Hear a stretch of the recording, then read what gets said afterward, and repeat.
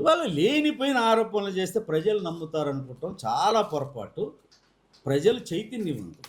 2,85,000తో గెలిచాడు చిన్ని గారు. 2,85,000 పట్టును కొడితే మళ్ళీ కోలుకోలేని దెబ్బ తగిలింది.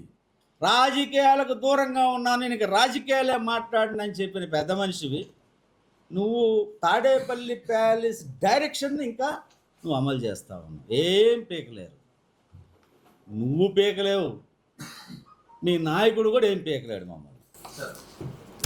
ఈ ఆరోపణలు ఏవైతే ఉన్నాయో ఎన్నికల సమయం నుంచి వస్తున్నాయి నాణ్యమైన ఆరోపణ అని సంబంధిత ఏజెన్సీలు ఎవరు ఎందుకు మీరు ఆరోపిస్తున్నారు తప్పించి సంబంధిత ఏజెన్సీ బ్యాంకులు కావచ్చు శాఖలు కావచ్చు ఎవరు ఎందుకు స్పందించలేదు? ఇప్పుడు దీని మీద విచారణ జరుగుతుంది, వేగవంతం చేయాలని మేము డిమాండ్ చేస్తున్నాం. ఇప్పుడు జగన్ మీద కేసులు ఎప్పుడైనాయి ఆర్గ్యుమెంట్స్, వాళ్ళు ఎందుకు సమయం తీసుకుంటున్నారు అన్నది మేము ప్రశ్నించకూడదు.